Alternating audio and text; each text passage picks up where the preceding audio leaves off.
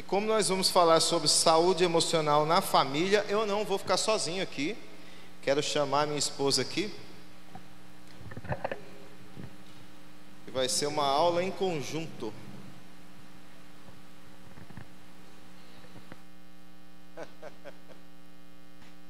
Irmãos, primeiramente eu queria me apresentar aos irmãos que já me conhecem e os que não conhecem ainda também.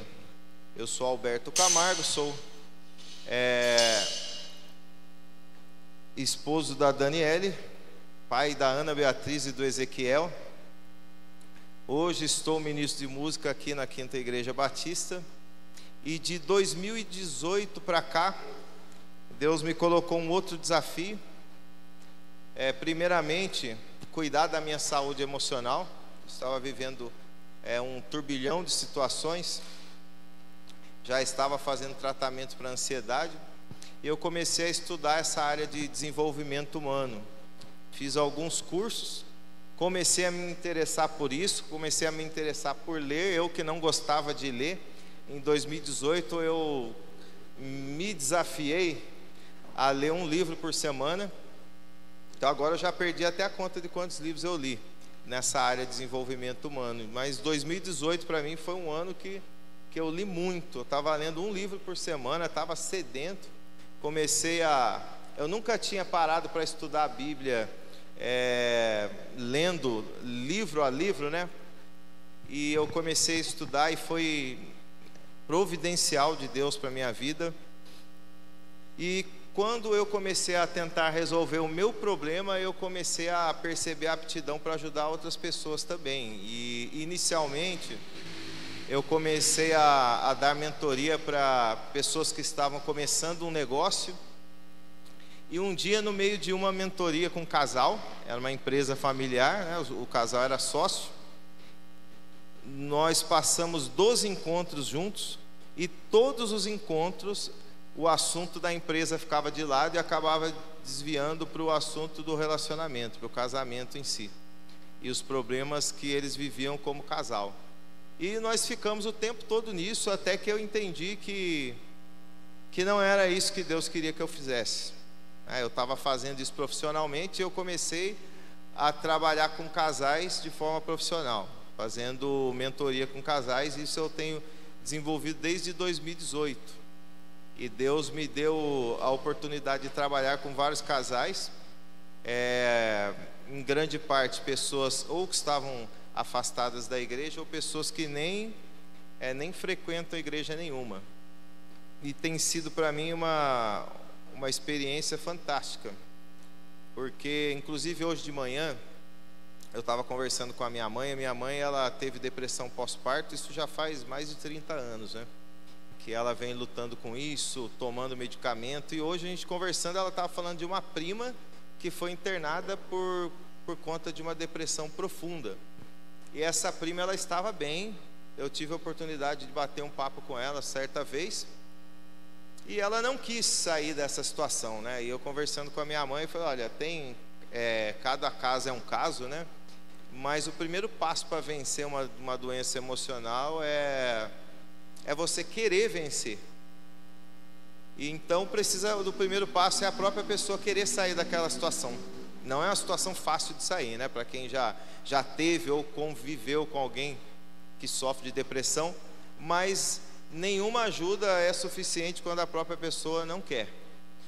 E eu falei para minha mãe exatamente isso. É uma decisão que precisa ser tomada. Existe um momento que a pessoa chega e fala: eu não quero mais viver isso. E aí as coisas começam a acontecerem. Então eu falei para ela: a senhora sabe disso, né? Ela falou: eu? Eu falei: a senhora é experiente nisso, está há 30 anos lutando contra a depressão. Ela falou: mas não é bem assim. Aí eu fiz a pergunta para ela: então me conta como é que é. Às vezes a senhora fica desanimada, fica acamada, não quer fazer nada, não quer conversar com ninguém, só chora. Ela falou: é verdade. Eu falei: mas hoje a senhora está bem. Ela falou: hoje eu estou bem, estou feliz, porque com Jesus a gente está feliz. Eu falei: e o que a senhora fez para sair daquela situação e estar agora assim? Ela ficou assim: olha, eu chorei muito, orei muito, fiquei nos pés de Jesus, até que um dia eu levantei da cama e fui cuidar da minha vida. Ela falou: Você tem razão, nunca tinha parado para pensar nisso. Falei, então agora a senhora já tem a receita para resolver isso da próxima vez. Por que demorar tanto para ir para os pés de Jesus, né? Chorar na presença dele é uma decisão difícil, porque nesse momento é um momento difícil. Mas quando a gente decide fazer algo diferente, a gente já deu o primeiro passo em direção a isso. E eu quero conversar sobre alguns princípios bíblicos. No início do ano, o Ministério de Família se reuniu e nós tínhamos falado sobre trabalhar durante todo o ano princípios, né? Princípios bíblicos para que se tenha sucesso no casamento, na família. E eu queria trabalhar um princípio que nós não falamos durante esse ano e que chamam mais dois. O primeiro princípio está em João 8:32.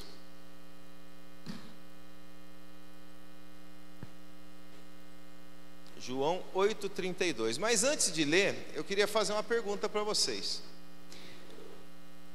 Quando se tem um conflito na família, seja entre o casal, né, ou entre o marido e a mulher, ou entre os filhos, né, pai e filho, irmão com irmão, quando se tem uma disputa ali, uma situação difícil, você tem duas mentes pensando e uma está com a razão e acredita que a outra não está, né? Mas na verdade, se você conversa com as duas pessoas, os dois dizem que tem razão. É por isso que vira uma disputa, e uma disputa difícil de se resolver, né? Qual é a única coisa que pode resolver isso? Porque cada um tem um ponto de vista e acredita que esse ponto de vista é a verdade, não é isso? Não, eu estou falando a verdade, eu tenho a razão, ou seja, aquilo que eu acredito é a verdade. Mas a minha esposa pensa algo diferente de mim e ela também acredita que ela está com a verdade. E qual é a única coisa que pode resolver esse conflito? Oi? Alguém tem que ceder. Seria muito bom, né? É uma palavrinha só. Hã? O diálogo, mas quando se tem duas pessoas pensando diferente e tentando impor a sua verdade, o diálogo fica meio difícil, né? Vamos ler o texto? Olha o que está escrito lá. E conhecerão a verdade. O que é que liberta? Verdade. A verdade. E agora a gente tem um problema, hein? Porque cada um acha que está com a verdade, não é verdade? Então, qual é a verdade que liberta, né? O que é a verdade?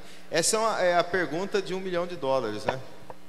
Porque, principalmente quando a gente vê um mundo tão ideológico como o nosso está, né? A nossa época agora, em que a verdade tornou-se um conceito relativo, e de certa forma até é, porque se eu pensar que o meu ponto de vista é verdade, eu tenho um problema, né? Porque o meu ponto de vista é diferente do de vocês. Quer ver? Ó, eu quero que vocês me digam tudo que vocês estão vendo. O que vocês estão vendo aí? Um de cada vez, por favor. Atrás da gente, o que vocês estão vendo? O que vocês estão vendo aí? O que vocês estão enxergando?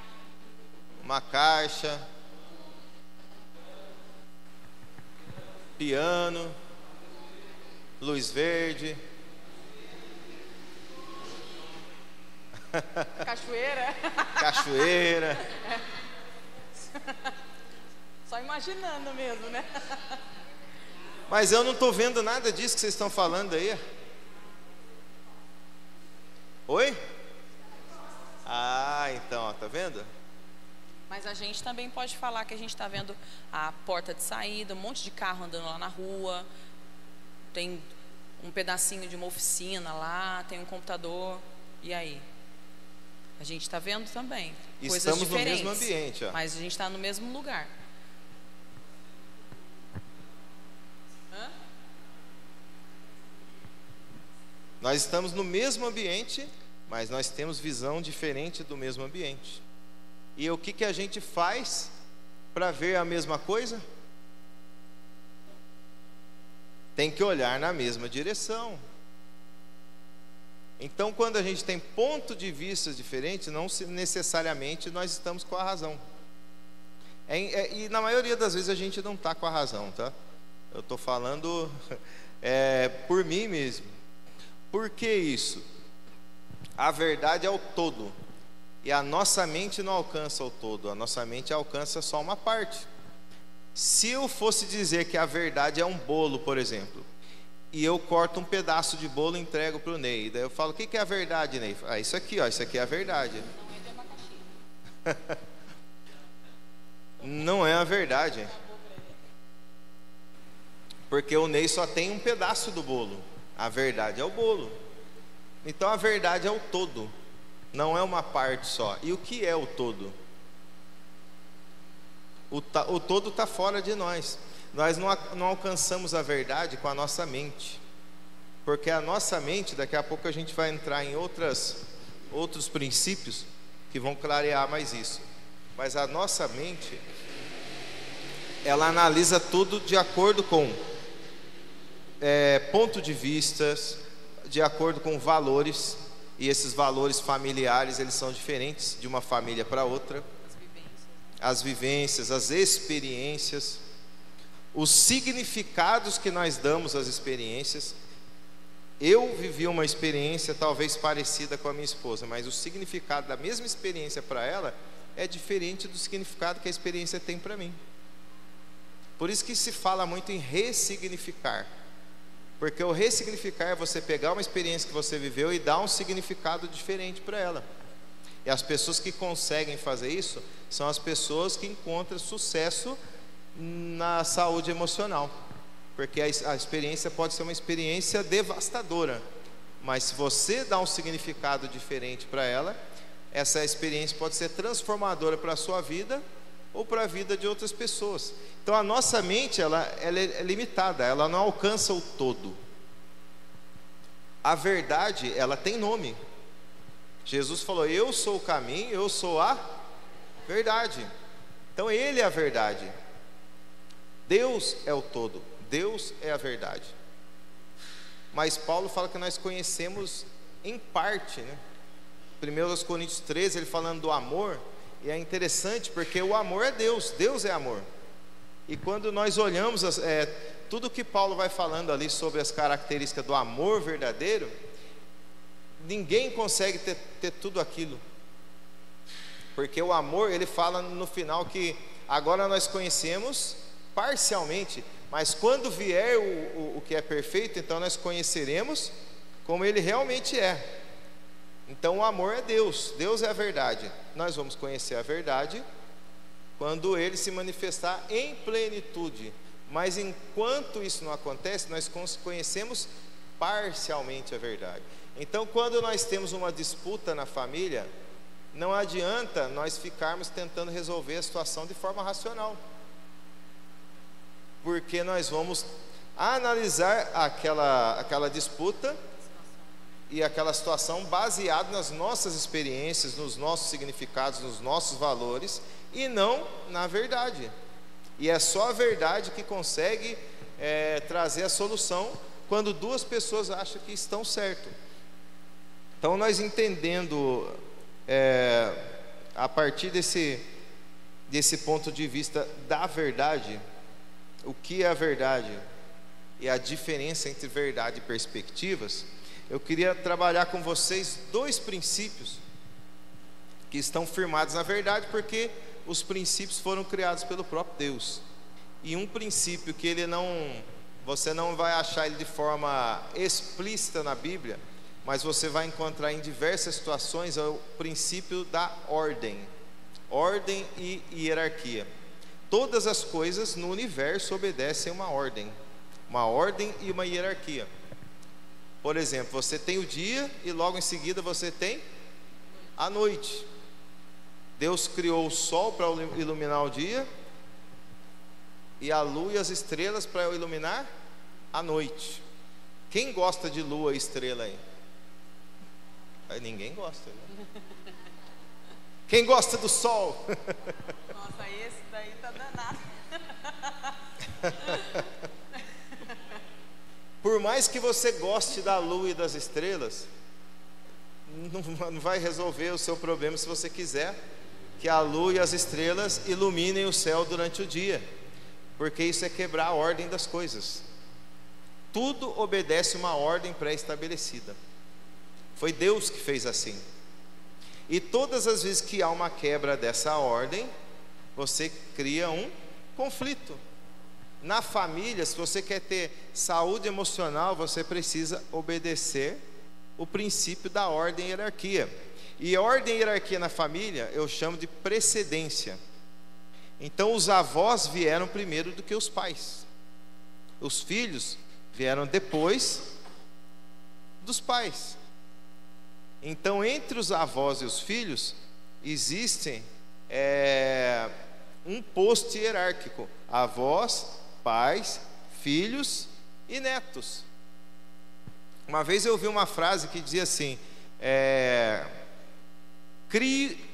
eduque os seus filhos e não terá que educar os seus netos. Eu achei muito forte essa frase e muito verdadeira, porque quantos avós a gente vê tendo que educar os netos mesmo, por ausência dos pais? Porque às vezes os filhos, ou uma gravidez precoce, e aí a mãe solteira tem que trabalhar, né, para dar conta da casa e dar conta do filho, e o filho acaba sendo criado pela avó. E quantas coisas foram quebradas na hierarquia familiar para que a situação chegasse a esse ponto? Quantas coisas aconteceram antes?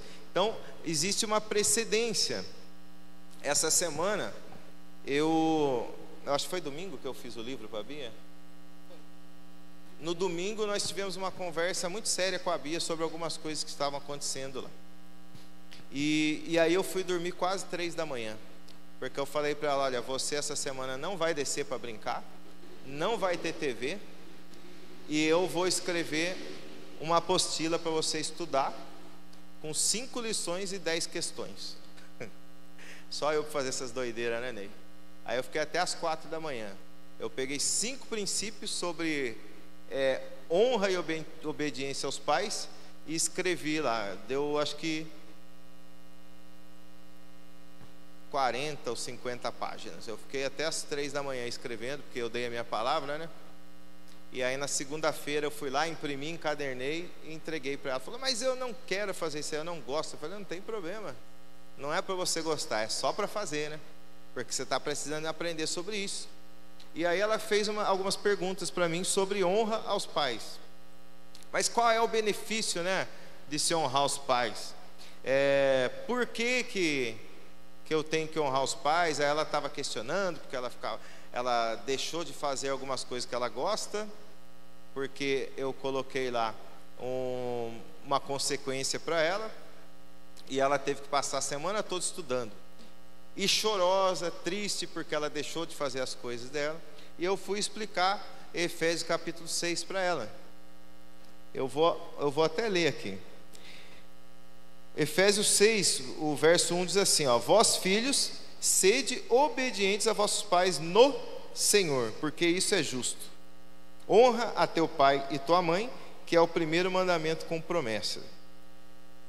E aí uma coisa interessante aqui: obedecei vossos pais no Senhor, porque nem sempre a gente vai obedecer os pais, correto? Sim ou não? Por que não? Por que às vezes nós não vamos obedecer os pais? O que vocês acham? Por que ele fala obedecer aos pais no Senhor? Pode falar, gente.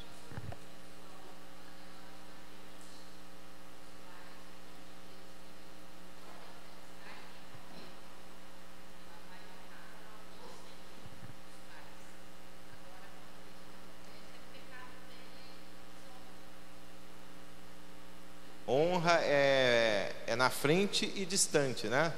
E obediência é só quando você está junto. Se eu fosse obedecer a minha mãe 100%, talvez eu nem estaria aqui, porque eu estaria lá na igreja dela com ela.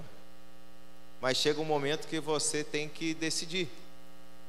ou você vai obedecer a Deus, ou você vai obedecer aos seus pais. E não necessariamente aquilo que o pai está dizendo para você fazer é algo que vai contra a lei de Deus, né? No caso dela, não, ela queria que eu ficasse na igreja dela para sempre.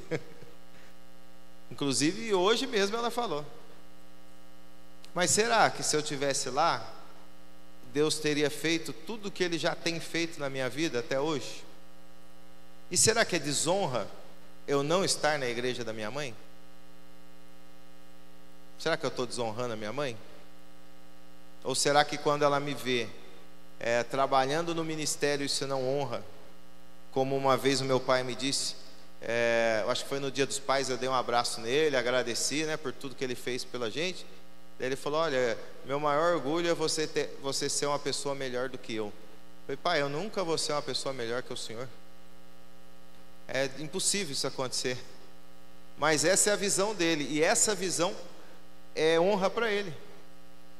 Porque quando a gente se torna um filho rebelde, ou a gente está distante daquilo que Deus espera de nós, nós estamos desonrando nossos pais. Quando nós não somos gratos pelo que eles fizeram, e às vezes os nossos pais erram também, como nós erramos também com os nossos filhos.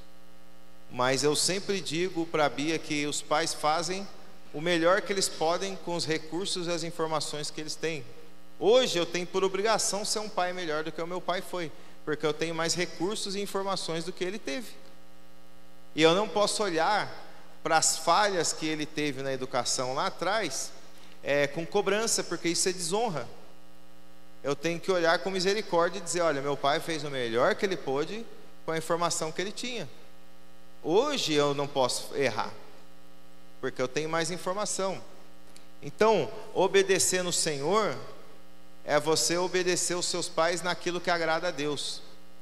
Porque talvez alguém possa ter um pai que não é cristão, que não serve a Deus, e o pai pede para o filho fazer uma coisa que não agrada a Deus. E aí? O filho vai obedecer? Mas o mais interessante, que foi o que eu conversei com a Bia, é quando ele fala aqui, no verso 3: para que te vá bem e vivas muito tempo sobre a terra. E esse vá bem, eu estava olhando a tradução grega lá. O vá bem, ele fala sobre prosperar. E prosperar não tem a ver com apenas, né, com o financeiro. Prosperar é crescer. A prosperidade, ela é natural. Se você olhar para a natureza, você vê que a natureza prospera. Nós é que somos desobedientes a Deus e não prosperar, mas a natureza prospera. Se a árvore foi feita para dar fruto, ela vai dar fruto. Ela vai crescer. Prosperar é crescer. E crescer no sentido de que hoje você está melhor do que ontem e está menos do que amanhã, porque amanhã você tem que estar melhor do que hoje. A nossa transformação é de glória em glória, não é isso? Então nós vamos aprendendo e vamos crescendo. Nós vamos crescendo no Senhor todos os dias, em todas as áreas da nossa vida. Então nós precisamos ir bem na nossa vida. Quando nós honramos os nossos pais, a nossa vida, ela caminha. E foi uma das coisas que eu falei para ela: tá vendo que você está triste, está chorando todo dia? Se você não tivesse feito aquilo que você fez, você não precisava chorar esse tanto que você está chorando. E quantas vezes nós choramos porque nós desonramos os nossos pais? Até mesmo depois que nós saímos da casa deles, né? Eu tenho conversado com os nossos jovens que a obediência, ela tem data para terminar. Quando você cuida da sua própria vida. Eu sempre falo isso para a Bia: Bia, não tem problema você não querer obedecer, é legítimo isso. Não tem problema, você só tem que obedecer. Você não precisa ter vontade para obedecer, você tem que obedecer, porque isso é um mandamento.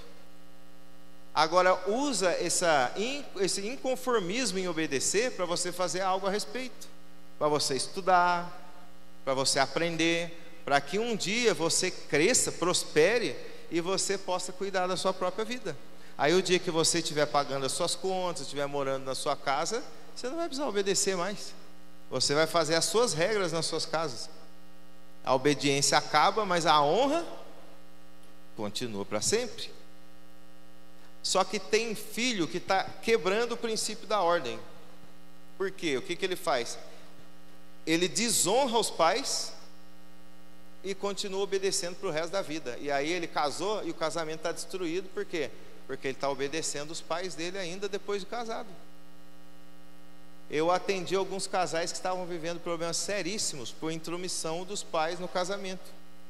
Não intromissão no sentido de ir lá e ajudar, mas intromissão de estar causando conflito do casal, porque eles estavam obedecendo na hora que não era mais para obedecer.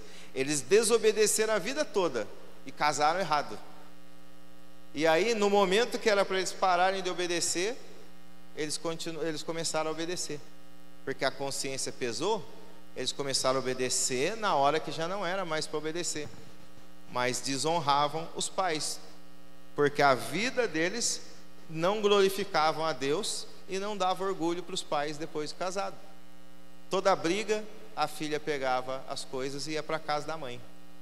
Qualquer briguinha, juntava as malas e ia embora. A ponto de, na terceira vez que eles falaram para mim: olha, a gente tá se separando aí, já estamos até vendo o advogado. Eu falei: vocês têm que tomar vergonha na cara, porque já é a quinta vez que vocês estão falando isso para mim. Isso é falta de maturidade.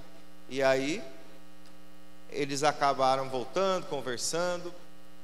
Eu dei uma dura neles lá, mas estavam obedecendo os pais na hora errada, porque a mãe da moça aconselhou ela: vem para a casa da mamãe, vem para a casa da mamãe. E ela obedeceu, quando na verdade não era para ela obedecer isso.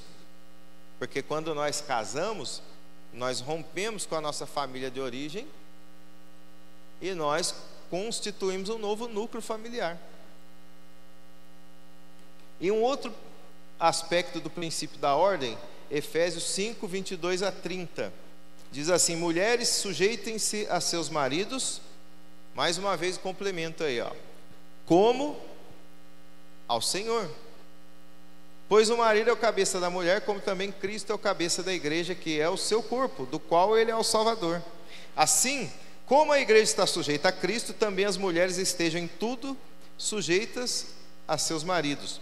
Maridos, amem suas mulheres, assim como Cristo amou a igreja e entregou-se a si mesmo por ela, para santificá-la, tendo-a purificado pelo lavar da água mediante a palavra, e apresentá-la a si mesmo como igreja gloriosa, sem mancha nem ruga, ou coisa semelhante, mas santa e inculpável.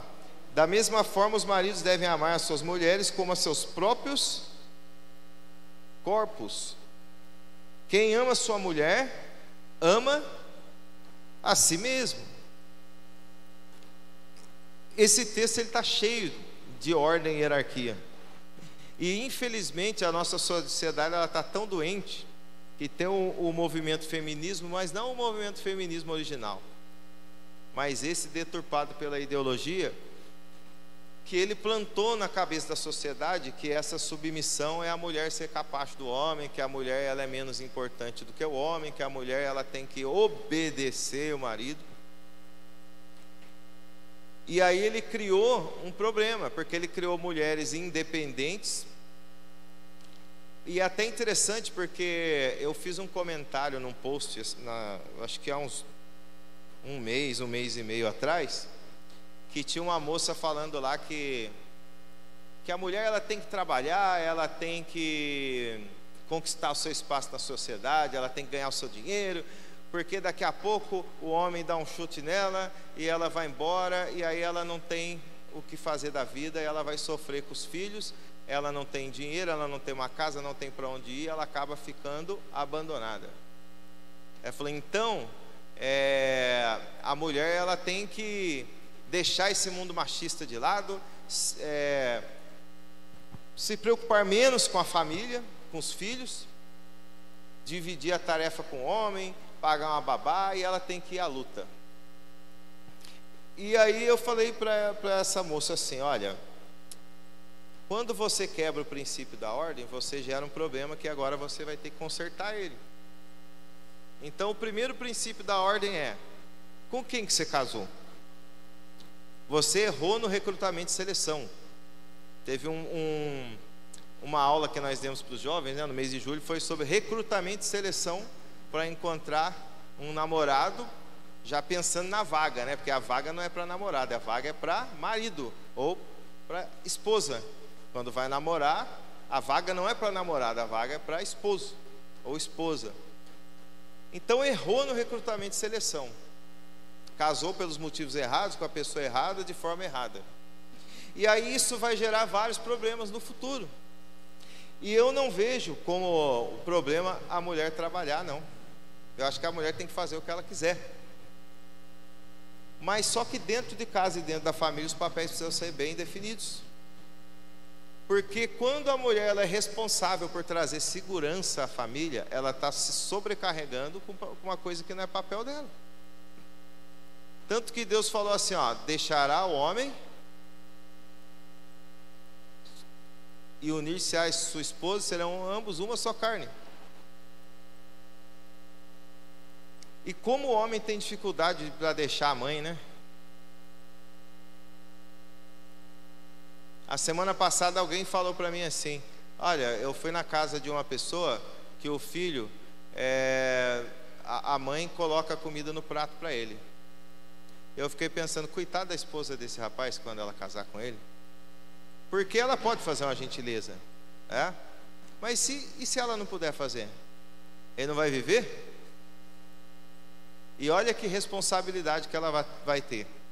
E aí se ela erra no recrutamento, ela vai ter um problema. Porque ela vai criar um filho, vai ter um filho e não um marido, né?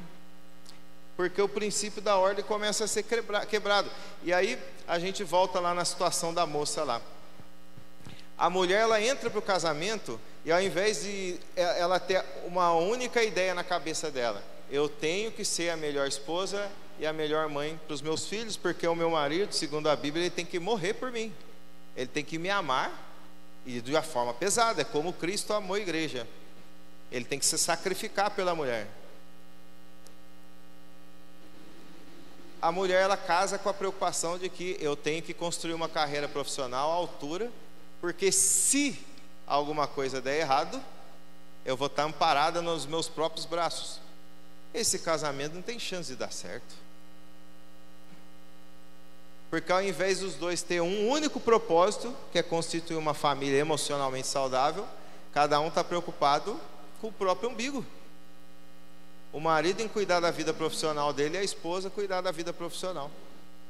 Quando na verdade o marido ele vai atrás do sustento, mas ele tem um propósito para o sustento. Ele não vai trabalhar porque ele quer ser uma pessoa bem-sucedida. Embora ele possa querer isso também, e deva querer, né? Mas ele vai fazer isso porque ele tem uma família para cuidar. É isso que o texto está dizendo aqui, ó. Jesus se entregou pela igreja, o marido ele se entrega pela família, pela esposa, pelos filhos. Ele tem que fazer isso. Mas quando a gente inverte os papéis e a gente começa a fazer pelos motivos errados, a gente vai ter consequência. Isso me leva aqui para a gente correr, que eu não quero me alongar muito, para a gente abrir um tempo de perguntas. Eu tenho uma dinâmica para fazer com vocês também. O princípio da semeadura e colheita, que é uma lei universal. Aliás, estudando desenvolvimento pessoal, eu li vários autores que nem cristãos são, que levam muito a sério esse princípio. Porque tem gente que não se preocupa com a semente que está plantando, e depois ele quer colher fruto diferente. E é mais uma coisa que a natureza ensina para a gente. Se você plantar uma semente de maçã, tem como colher abacate, pastor Francisco? Não tem. Se você, e olha só que interessante. No mês passado eu estava dando uma palestra lá no presídio, e teve um interno lá que falou para mim, mas olha, eu fiz muita coisa errada assim na minha vida, mas faz 3 anos que eu estou servindo a Jesus, e eu não tive nem um só dia de remissão da pena, e as coisas estão dando muito errado para mim. Então isso aí que você está falando não funciona. Eu falei, então vamos lá. Você sabia que a tâmara leva 100 anos para produzir fruto? Quem sabia disso aí? Então a tâmara que você come hoje foi plantada 100 anos atrás. Olha só que curioso. É. Então seus tataranetos vão comer. Agora olha só, e a acerola? Quanto tempo leva para dar fruto? 1 ano e meio, né? É rapidinho. Então, dependendo daquilo que eu quero colher, vai levar mais tempo.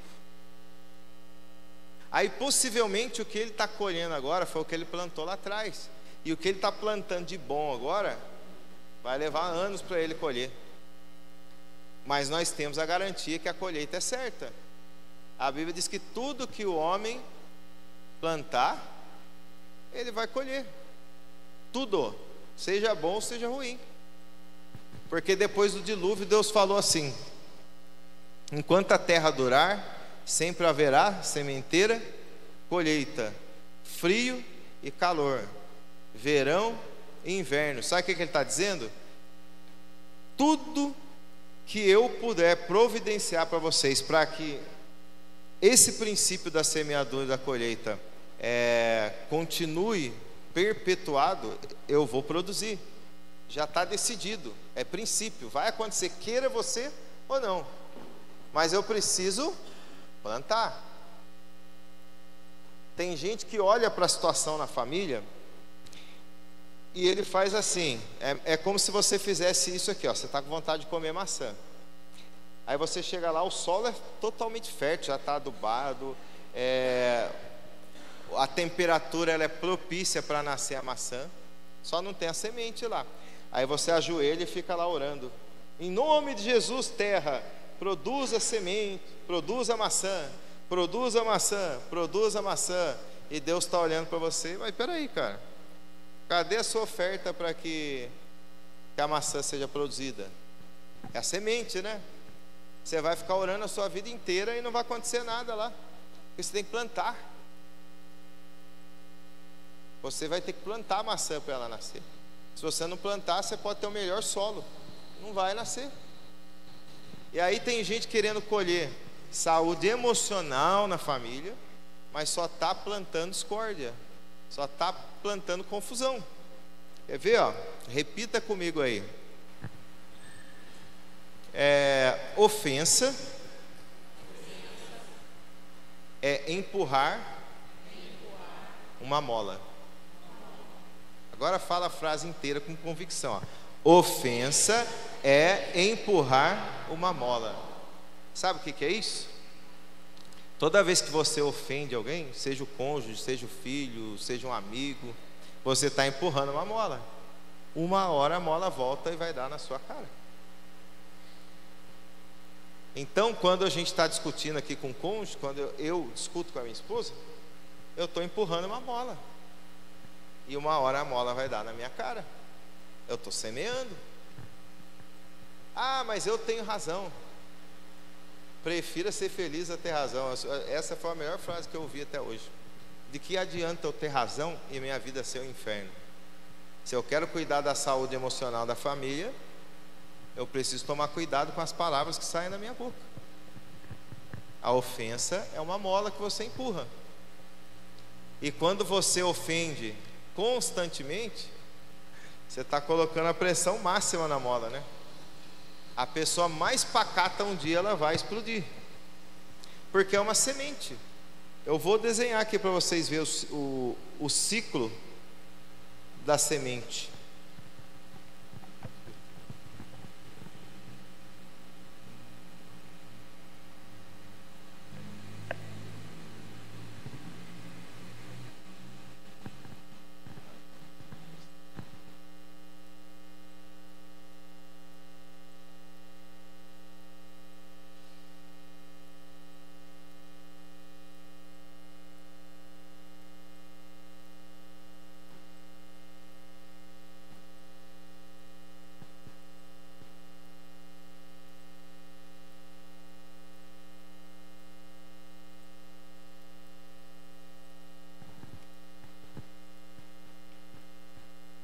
Então isso aqui é o ciclo da semente, ó.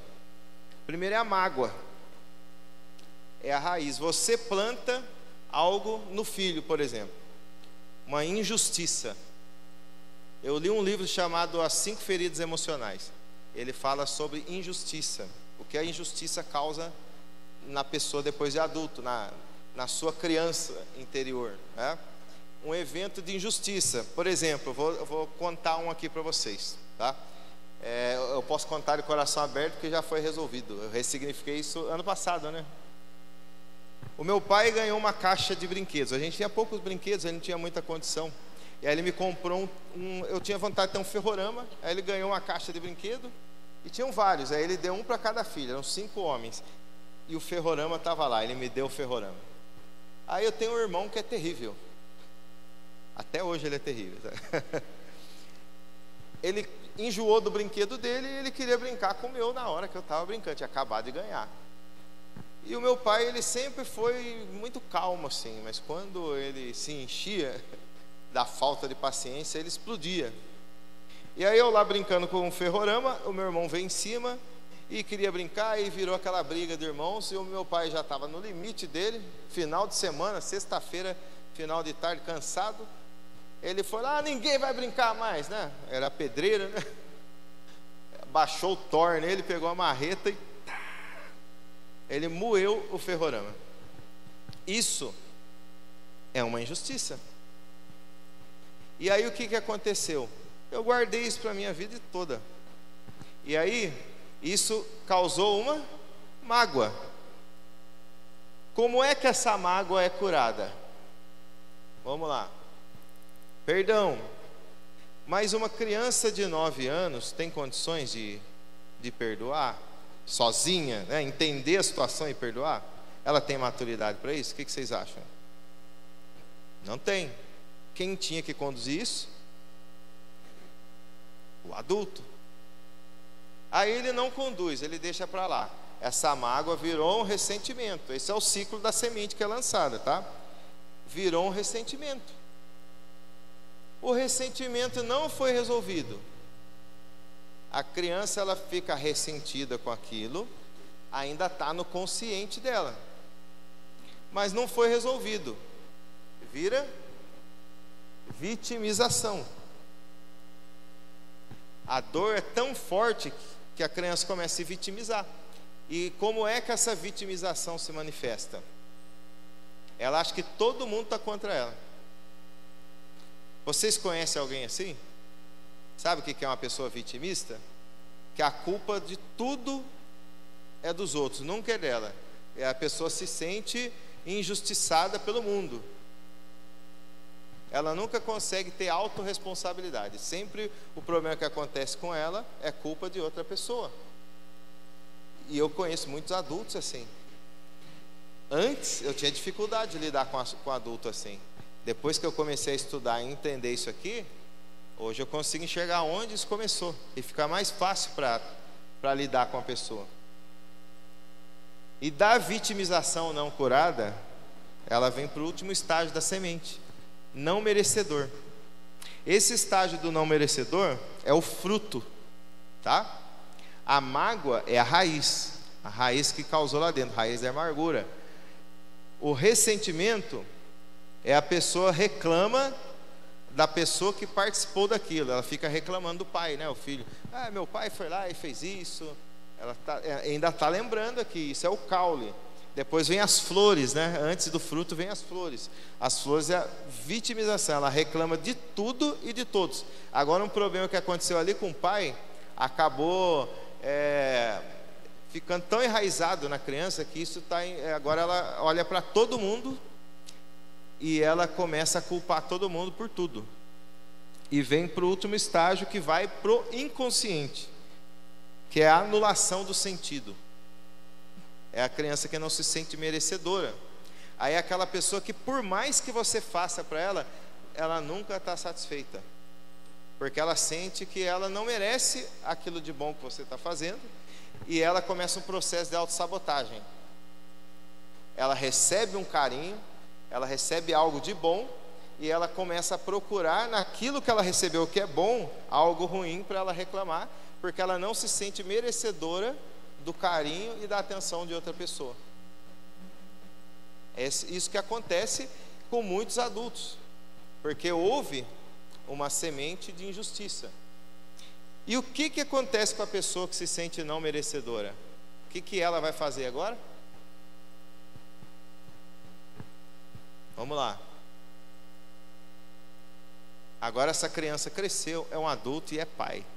O que esse pai vai fazer? Ele vai reproduzir. E aí ele vai lançar essa mesma sementinha lá.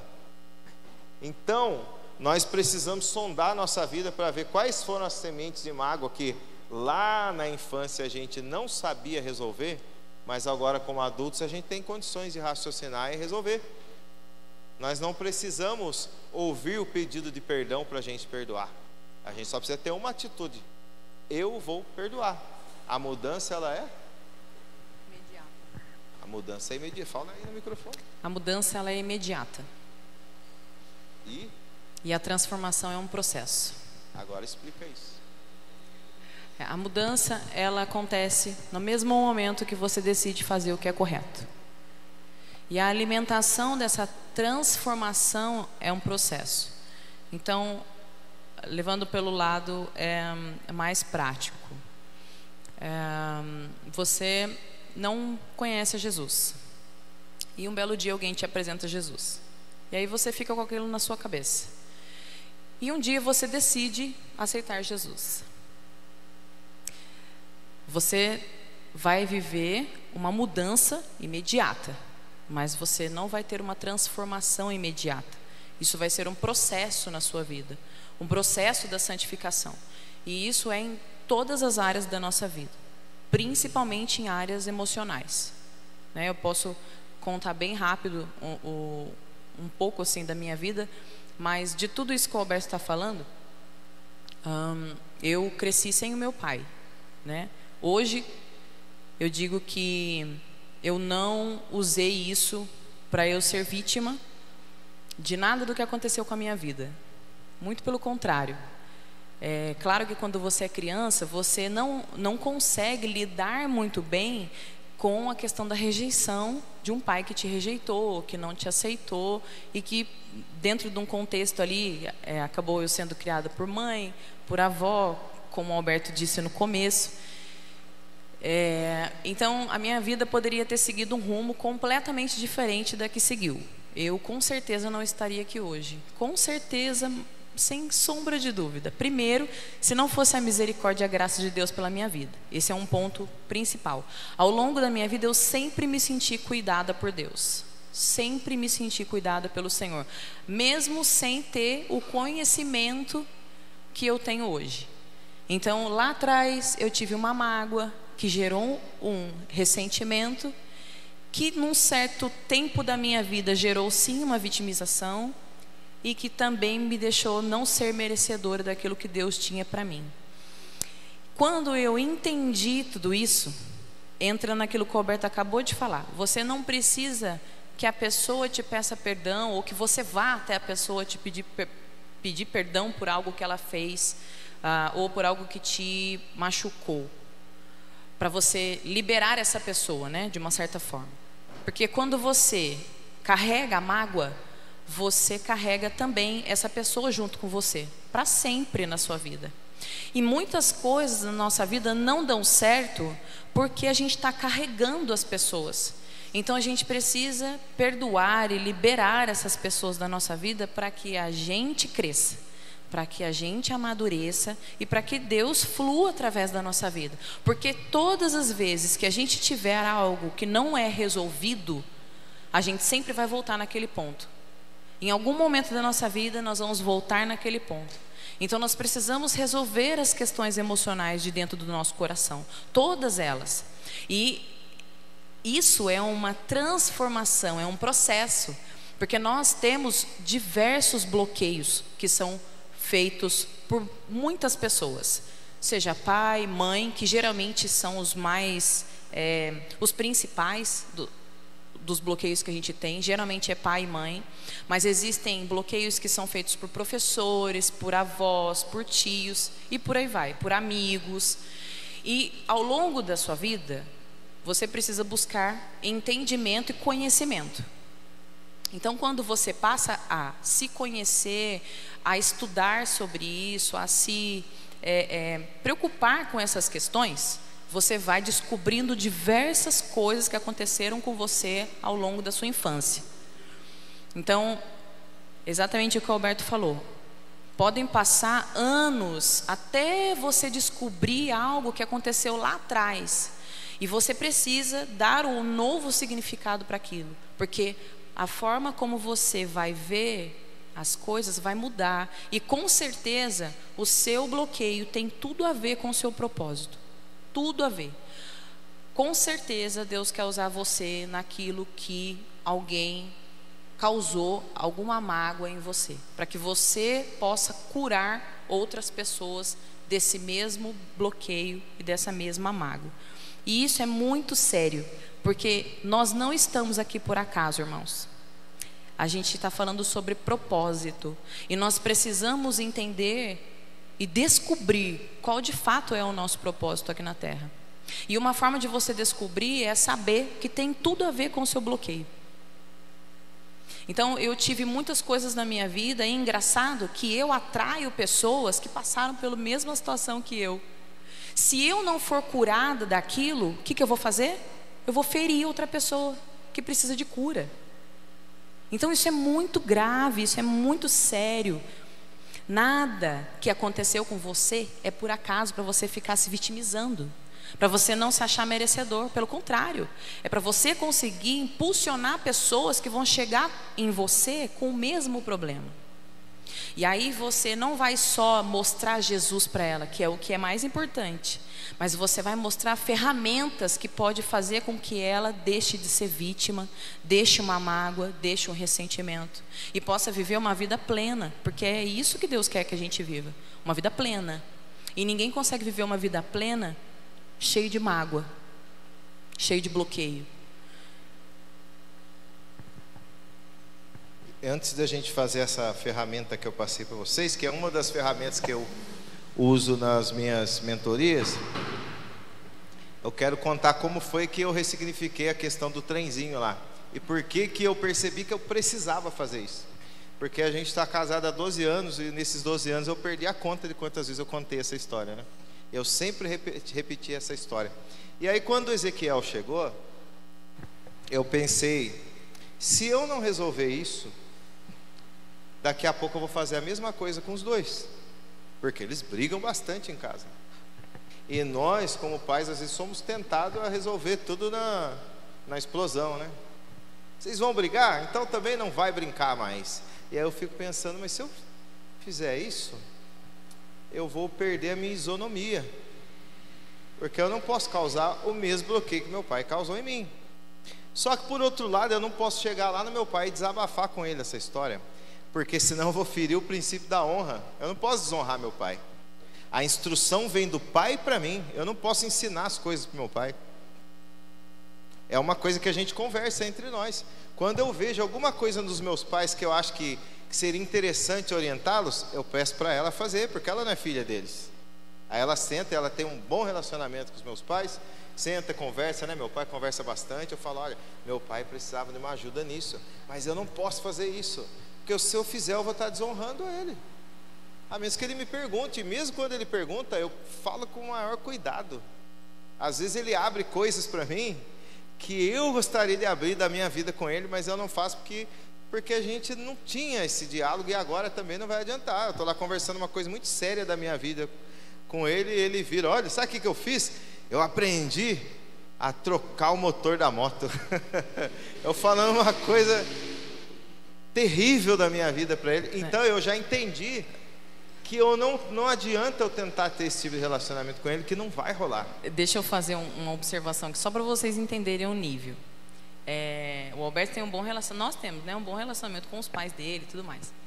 Mas esses tempos atrás, o meu sogro ficou muito ruim e ele foi passar por uma como é que fala? Negócio do choque lá do coração? Um procedimento. Ele vai passar por um procedimento e nós desfibrilador, e nós não ficamos sabendo que ele ia fazer isso, nem que ele fez. Nós ficamos sabendo depois, quando ele ligou e falou, e contou. Ele falou, olha, eu fui lá no hospital e tal, tomei um choque, e ele estava acordado ainda, porque acho que o sangue dele estava grosso, né? Alguma coisa assim. É uma artéria que não está funcionando direito. Isso, e ele foi fazer esse procedimento. Na hora, o que veio no meu coração? Você vai parar tudo o que você está fazendo e você vai lá na casa do seu pai ver como é que ele está. Porque nós não sabíamos como ele estava. Ele só contou, a gente não sabia do procedimento, a gente não sabia de nada. E eu fiquei super preocupada e tal. E eu falei para ele, você vai lá na casa do seu pai, vai ver como é que ele está. Porque se amanhã ele já não está aqui, e aí? Aí ele, né, ficou preocupado e tal, e foi. Quando ele chegou lá, irmãos, o meu sogro conversou com ele, contou o que aconteceu. E aí, você estava na sala? Aí, o Alberto saiu de casa para ir ver o meu sogro. E aí, o meu sogro simplesmente pegou a moto e saiu e deixou o Alberto lá conversando com a mãe dele. Então, assim, não é por maldade que ele fez isso, mas o Alberto parou tudo o que ele estava fazendo por uma preocupação com o pai. Então, é isso que ele está falando de maturidade, né? De relacionamento. Não foi feito ao longo do tempo essa alimentação do relacionamento de pai e filho. Então hoje eles têm um relacionamento bom? Tem, mas não é um relacionamento que você pode sentar e conversar da sua vida, entendeu? É isso que ele está falando. E eu não posso cobrar isso dele, porque é desonra, né? Ele é meu pai, a instrução tem que vir dele para mim. E um dia eu acabei promovendo a cura de uma questão emocional dele, sem perceber, na mesa de casa, a gente tomando café, e eu falei para ele, pai, eu estava lendo Gênesis, e eu vi que todos os filhos, quando o pai botava a mão na cabeça e abençoava, dava tudo certo. E interessante que aqueles que o pai amaldiçoava, dava tudo errado. Ele falou, é mesmo? Eu falei, o senhor nunca botou a mão na minha cabeça, por isso está dando tudo errado. Faça o favor de botar a mão na minha cabeça e orar. Daí ele falou, então vem aqui, me deu um abraço. Ele nunca tinha feito isso na minha vida, irmãos. Eu estava com 38 anos, né? Ele veio e me então vem aqui, eu vou te dar um abraço, eu te abençoo. E aí ele começou a chorar, começou a soluçar. E ele falou assim, olha, eu sempre tive vontade de abraçar vocês, mas eu não tive meu pai, você sabe, fui criado pela minha avó, e eu não sei fazer isso. E eu fiquei a vida inteira tentando fazer isso, não conseguia. Então foi uma coisa que foi um dia que Deus separou para que isso acontecesse. E não foi forçado. Agora imagina eu forçar. E a questão do trenzinho, o que aconteceu? No Natal do ano passado, a Dani comprou um trenzinho vermelhinho, igualzinho. E aí eu estava lá, com 42 anos, sentado no chão, brincando com o ferrorama assim. E eu fiquei um tempão. E o Ezequiel, eu falei, não, você não vai pegar não, porque esse aqui é meu. Eu ganhei, seu presente está lá. Aí eu fiquei olhando para o Ezequiel, olhando para o trenzinho, pensando, se eu der na mão dele, ele vai quebrar em 5 minutos, né?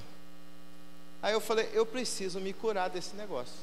Aí eu chamei o Ezequiel, vem cá, vamos brincar comigo, pode fazer o que você quiser. Aí ele destruiu o ferrorama.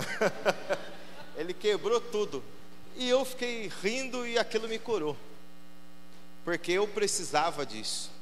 Então não necessariamente você precisa ir lá no seu pai, ou na pessoa que feriu você, mas você precisa resolver isso, porque talvez a sua vida está travada por causa disso aqui, ó, uma mágoa que aconteceu, e isso está causando prejuízo na sua família. Talvez você, filho que está aqui e está discutindo com a sua mãe porque você está com uma mágoa aí dentro, você está esperando a sua mãe dar o primeiro passo. Mas até ontem, fala assim comigo, até ontem eu não tinha conhecimento. Mas a partir de agora o problema é com você. Até ontem você estava esperando a sua mãe. A partir de hoje o problema já não é mais dos seus pais, é seu. Você tem que resolver, você tem que perdoar. Eu acabei de entregar uma folha, vai ser a última parte aí para a gente encerrar. E é uma atividade dificílima, porque a maioria dos casais que eu atendi tiveram dificuldade de fazer isso aí. Porque a gente tem medo de desonrar. Porque uma coisa é você ir lá e falar para os seus pais. Eu, para ressignificar alguns problemas, eu já briguei feio com meu pai. Mas ele lá na casa dele e eu sozinho, brigando com ele assim, ó, falando para o vento. Mas para ele eu jamais vou falar, ele nem sabe disso. Quando eu estou lá, está tudo resolvido. porque eu não posso desonrar meus pais. Então, vocês vão escrever aí, depois vocês rasgam e jogam fora. Vocês não precisam falar para os pais. Inclusive, se tem filho do lado do pai, senta longe para fazer isso agora, tá? Para não mentir no papel. É a herança emocional, ó. Vocês vão escrever os 3 principais defeitos e as 3 principais qualidades do pai e da mãe. Então, na primeira coluna, ó, 3 principais defeitos. 1, 2, 3 do pai, 1, 2, 3 da mãe. E aqui as principais qualidades do pai e da mãe. Mas sejam breves, tá, gente? E não vem falar, minha mãe era perfeita, ela não tem defeito. Tem sim. Alguém precisa de lápis? Então vamos lá. Eu não vou pedir para ninguém mostrar aqui, porque a resolução dessa ferramenta ela é muito pessoal e é muito íntima. Mas eu vou colocar aqui um caso de uma pessoa que eu atendi, tá? Então ele colocou lá qualidade da mãe. Ó, mãe e pai. Vou colocar aqui a qualidade primeiro. Ele colocou: a minha mãe é esforçada, trabalhadora,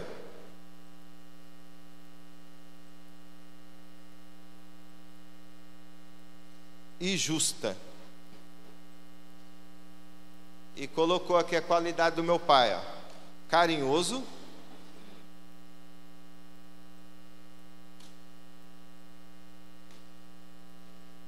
ele colocou que o pai era atencioso e bondoso. Aí quando chegou nos defeitos, colocou aqui que a mãe ela era estressada,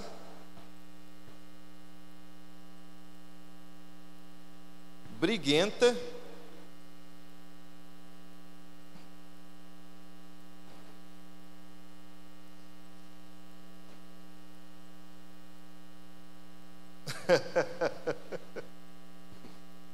e o pai colocou aqui que dos defeitos do pai é que ele era preguiçoso,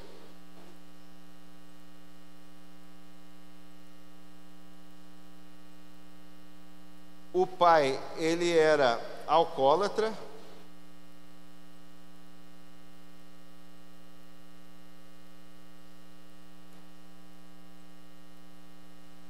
e ele deixavam eles passar necessidade, porque a mãe é que supria as coisas dentro de casa. Irresponsável. Então, às vezes, você tem não consegue chegar aqui a uma palavra, mas você tem uma situação, você tem que traduzir. Então, quando eu estou fazendo a mentoria lá, a pessoa vai falando e eu vou ajudando ela a achar as palavras. Tem gente que tem bloqueio quando chega aqui na parte dos defeitos, não consegue falar. É difícil arrancar da pessoa. Não, meu pai não tinha defeito, minha mãe não tinha defeito. Tem, lógico que tem. Você só não pode falar para ele, mas aqui você pode escrever. Se você não tem consciência sobre isso aqui, você não consegue resolver. E aí, qual que é o problema? A mãe, ela forja o caráter do filho nos relacionamentos.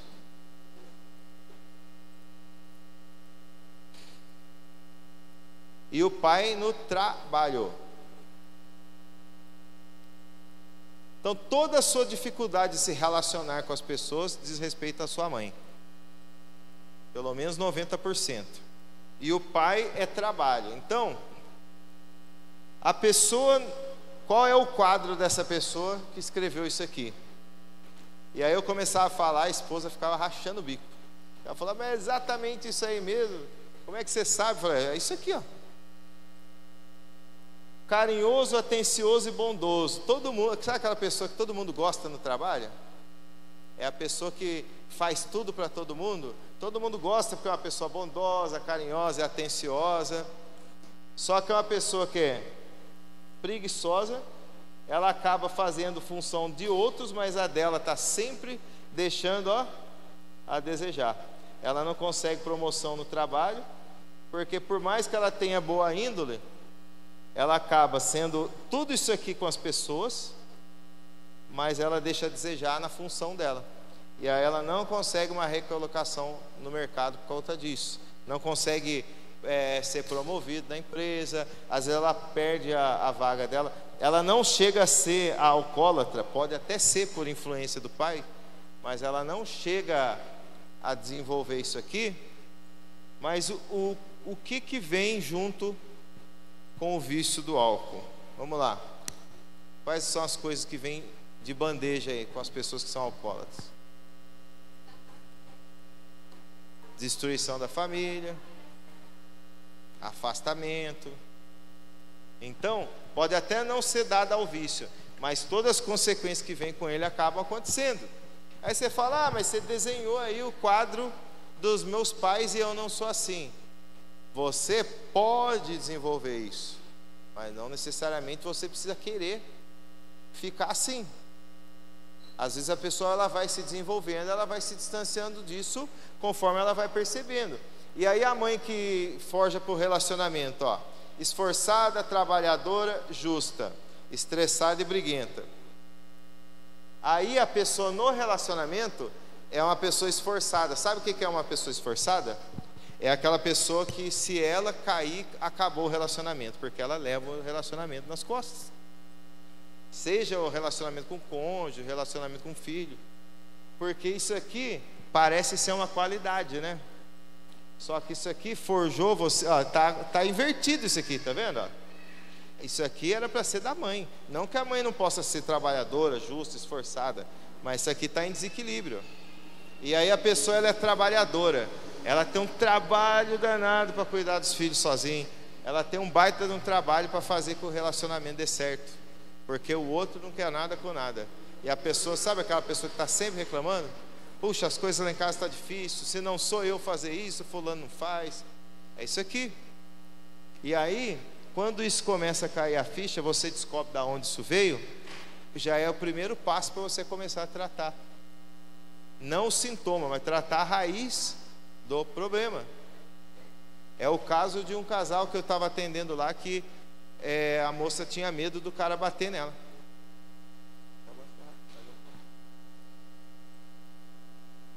E aí o que aconteceu? Ela falava, eu estou vendo a hora que ele vai me bater, porque ele é muito agressivo. E aí eu fui cavocar a situação a fundo, e ele falou que desde os 5 anos ele lembra do pai dele, gritando com ele, o pai dele agredia verbalmente e espancava o menino. E toda vez ele dizia palavras negativas, e toda vez que ele fazia isso, ele segurava no cotovelo. Então ele segurava no braço, segurava no cotovelo e começava a bater e dizer palavras negativas.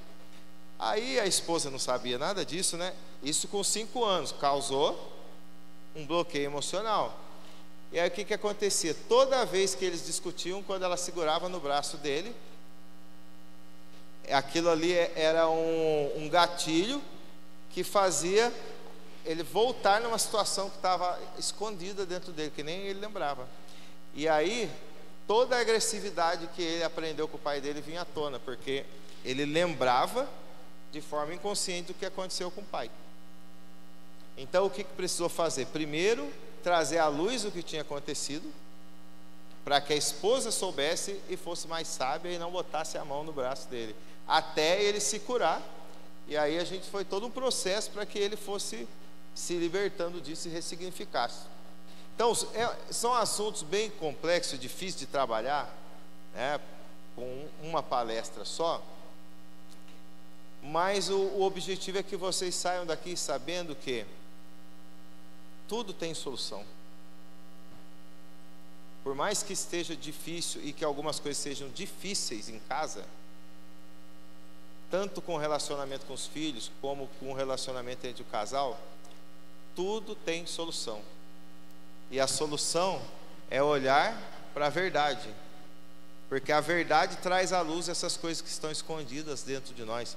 A gente tem ferramentas para fazer isso, a gente tem terapia, a gente tem médico, mas o médico dos médicos, ele pode curar tudo que está incomodando você e que faz com que essas coisas aconteçam. Então, se nós queremos famílias emocionalmente saudáveis, nós precisamos deixar o nosso ponto de vista de lado e começar a olhar para a verdade. E a verdade vai clarear a nossa vida e vai mostrar aquilo que precisa ser mostrado, para que a gente seja curado de fato. Amém? Eu acredito que o primeiro passo, porque às vezes a gente não sabe como, né? Mas eu digo pela nossa experiência. Nós estamos casados há 12 anos, mas muito pouco nós oramos juntos. Antes, não era assim. Nós passamos muito tempo. Vamos fazer um propósito? Vamos. Aí a gente acabava e deixava no meio. Começava e parava. E há um tempo atrás, o Alberto falou: olha, se chover, se fizer sol, se acontecer o que tiver que acontecer, nós não vamos dormir sem orar juntos. Não vamos. E eu, né, nossa, então tá, né? Aí eu falei: você quer fazer? Então você faz. E aí ele fez. E glória a Deus pelo que ele fez, porque ele se posicionou. Nós precisamos nos posicionar. Quando nós nos posicionamos, Deus nos abençoa. E nós vivemos tantas coisas incríveis nesse tempo que nós oramos juntos. Mesmo eu mais resistente, Deus, Ele tem revelado tantas coisas, Ele tem transformado tantas coisas, Ele tem nos curado de muitas coisas. Então, se você não sabe como começar, de fato, orem juntos, porque isso é uma ferramenta poderosíssima nas mãos de Deus. Se vocês orarem juntos, vocês vão virar duas bombas atômicas e vão assim explodir para quem chegar perto de vocês. Isso eu tenho a plena certeza. A oração, vindo de uma ação, ela gera muitos frutos. Então, se você não sabe por onde começar, ore junto. Só ore. Deus vai clarificar o caminho para vocês, eu tenho certeza disso. Amém?